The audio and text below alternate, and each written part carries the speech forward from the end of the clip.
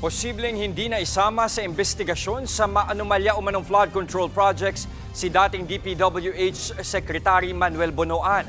Ayon sa pumalit kay Bonoan na si Vince Dizon, mga kasalukuyang empleyado ng ahensya ang kanyang paiimbestigahan.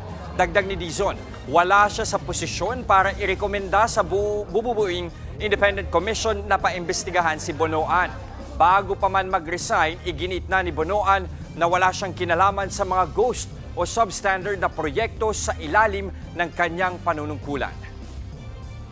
Ang top to bottom po natin ay para sa mga empleyado ng DPWH. Si Secretary Bonoan po ay hindi na empleyado ng DPWH dahil siya po ay nag-resign na. Yan po ay subject na ng investigasyon na I would think gagawin po ng independent commission na itatayo ng ating Pangulo. Mga kapatid, Jess De Los Santos po ang inyong kasangga sa paghahatid ng balita para sa may alam at may pakialam. Para sa tuloy-tuloy na makabuluhang balitaan, mag-follow at mag-subscribe na sa social media pages ng News 5.